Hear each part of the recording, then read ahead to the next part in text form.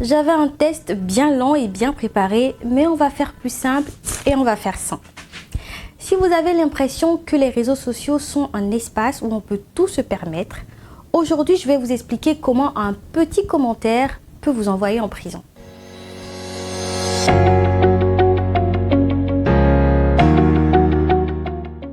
Des fois, je me dis que je suis trop sensible pour être sur les réseaux sociaux. Parce qu'en seulement 10 minutes sur Facebook, TikTok ou Instagram, je comprends rapidement que les gens ont de la frustration à évacuer. Si certains agissent simplement sans penser aux conséquences, d'autres ont une réelle volonté de nuire. Parce qu'il y a des gens qui, pour se sentir bien, ont besoin de démolir les autres, de leur dire les pires atrocités et de revenir à la charge jour après jour pour continuer à s'acharner sur la victime.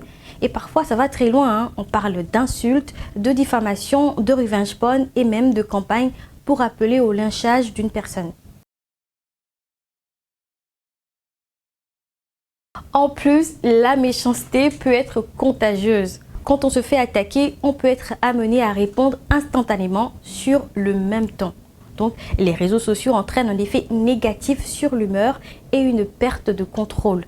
L'agressivité et la méchanceté en ligne vous contaminent comme un virus.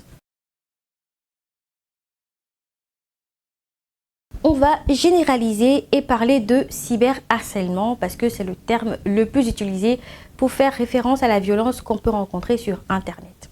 En 2019, l'UNICEF a publié un sondage réalisé avec des jeunes de 13 à 24 ans venant d'une trentaine de pays du monde, dont le Mali, le Ghana, le Burkina Faso et la Côte d'Ivoire. Le rapport révélait que 34% des participants en Afrique subsaharienne ont déjà été la cible d'un cyberharcèlement.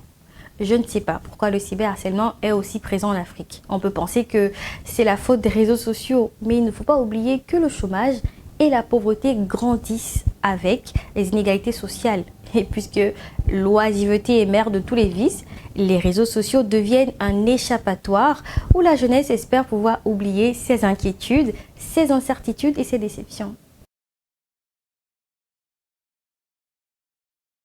Le cyberharcèlement est puni par la loi et les sanctions pénales varient selon plusieurs éléments. D'abord, le pays. Il faut ensuite voir si les propos tenus sont accessibles à un petit groupe ou à un groupe plus grand. Les peines sont également alourdies si par exemple les injures ont un caractère discriminatoire ou si elles se répètent. Au Bénin, par exemple, les dispositions du Code du numérique ont pour objectif de mettre en place un cadre légal de protection de la vie privée et professionnelle des gens. L'article 550 du Code du numérique, qui porte sur le harcèlement par le biais d'une communication électronique, prévoit jusqu'à 2 ans d'emprisonnement et des amendes pouvant atteindre 10 millions de francs CFA. Si vous êtes harcelé, vous pouvez porter plainte. Faites des captures d'écran et demandez à un huissier de faire un constat pour avoir une preuve incontestable. Si vous connaissez l'identité de l'auteur, adressez-lui une lettre de mise en demeure pour qu'il cesse ses agissements et retire ses messages injurieux. Vous pouvez porter plainte auprès d'un commissariat ou de la gendarmerie. Et lorsque l'auteur des faits sera identifié, il pourra être poursuivi devant le tribunal correctionnel et condamné. Vous pourrez indiquer que vous vous constituez partie civile et demander des dommages et intérêts.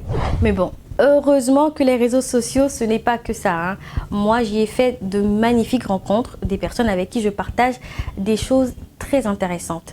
Mais je garde dans un coin de ma tête que ce n'est pas non plus un monde de bisounours. Et puis, vous les méchants des réseaux sociaux là, réfléchissez avant d'écrire parce que ceux qui lisent vos commentaires sont des humains avec un cœur et des émotions. Vous devez comprendre que la société est régie par des règles, la liberté d'expression et d'opinion a ses limites et tout le monde doit s'y conformer. C'est tout pour aujourd'hui. Bye bye!